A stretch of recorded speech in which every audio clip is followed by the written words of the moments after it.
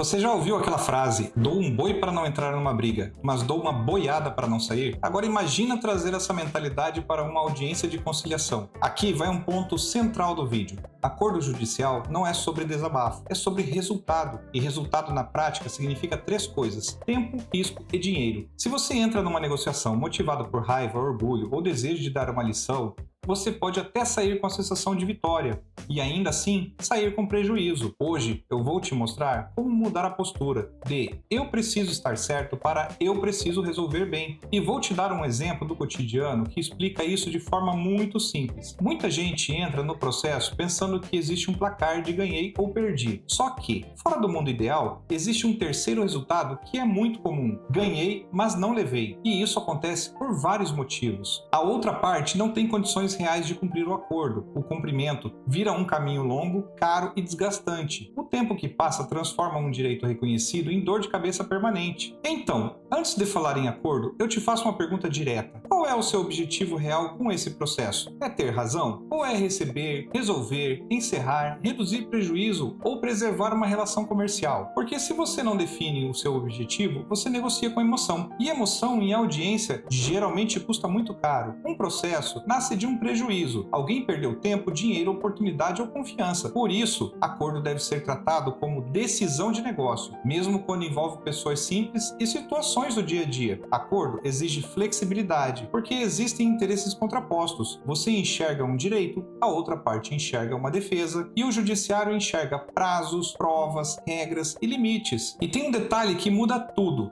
Às vezes, o melhor acordo não é o mais justo no papel, é o mais executável na vida real. Vou te trazer um exemplo realista. Eu aposto que você já viu algo parecido. Você contrata um marceneiro para fazer móveis planejados para a sua casa ou o seu negócio. Ele foi indicado ou já fez um serviço para você antes e existe uma confiança entre as partes. Vocês combinam prazo, valor, talvez até pagamento antecipado. Você organiza sua vida, ajusta o cronograma da obra, pintura elétrica, mudanças e planeja a inauguração. Só que o prazo estoura. Ele pede mais alguns dias e depois pede mais uma semana e depois some. E cada atraso não é só um atraso, é custo, frustração e sensação de desrespeito. Você tenta resolver, não consegue e ajuiza uma ação. A audiência de conciliação é marcada para daqui a alguns meses. Chega no dia da audiência, você entra com a cabeça quente porque, sinceramente, parece que você foi feito de bobo. Do outro lado, o marceneiro chega com as mesmas explicações e desculpas e pouca disposição real de assumir o atraso do serviço e resolver a situação. Aqui costuma acontecer o pior cenário possível. A audiência vira um lugar de acerto moral. Você quer que ele admita que errou e ele quer provar que não foi culpa dele e ninguém quer ceder. Só que o processo não te paga o seu estresse, não te devolve o tempo perdido. Mesmo que você ganhe, podem ocorrer cenários como o serviço nunca ser entregue de um jeito aceitável, o marceneiro não ter condição de devolver todo o valor de uma vez e às vezes nem parcelado, a execução se arrastar por meses e você continuar sem solução prática. O prejuízo aumentar com o tempo porque a sua vida fica travada. E do lado do marceneiro também existem consequências reais. Bloqueios, restrições e desgaste de reputação, dificuldade de trabalhar e muitas vezes o marceneiro entra numa espiral que só piora a chance de cumprir a obrigação. Conclusão do nosso exemplo: a conciliação nesses casos pode ser o melhor caminho, não porque você está errado, mas porque você quer resolver. Você quer previsibilidade, prazo, garantia mínima e encerramento do problema. Vou lhe mostrar o método 3Ps para uma negociação: posição,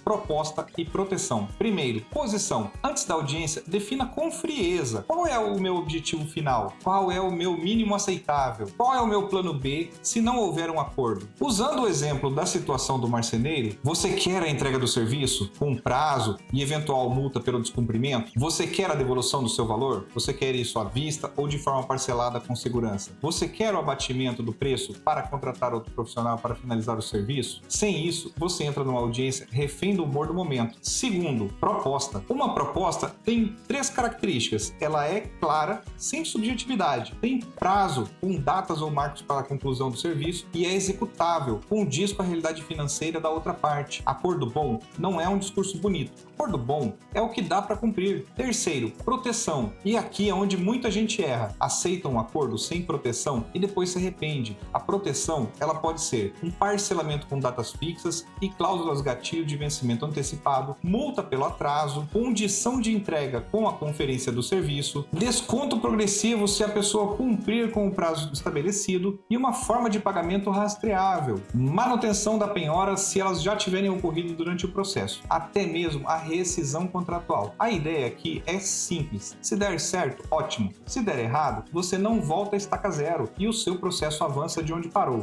Agora, vou lhe falar 3 atitudes que destroem acordos. Primeiro, transformar a audiência em julgamento moral. A audiência não é um pau, é uma mesa de decisão. Segundo, negociar para humilhar a outra parte. Isso cria resistência, aumenta a chance de não conseguir um acordo. E terceiro, confundir acordo com fraqueza. Acordo, quando é feito, é sinal de maturidade estratégica. Fraqueza é insistir no caminho mais longo só para satisfazer o seu ego. Se você está num processo, pense assim: a melhor decisão não é a mais emotiva, é a mais eficiente. Ter razão é bom, mas ter razão com solução prática é melhor ainda. Lembre-se, você pode pedir uma audiência de conciliação quando quiser, mesmo que uma já tenha sido realizada anteriormente. A justiça deve incentivar a conciliação e não pode negar o seu pedido. Se você gostou desse vídeo, se inscreve no canal e comenta aqui embaixo. Você faria um acordo rápido e seguro ou iria até o fim para ter razão? E se você já passou por algo parecido com prestação de serviço, me conta. Eu posso trazer outros exemplos do cotidiano nos próximos vídeos. Um abraço e até a próxima!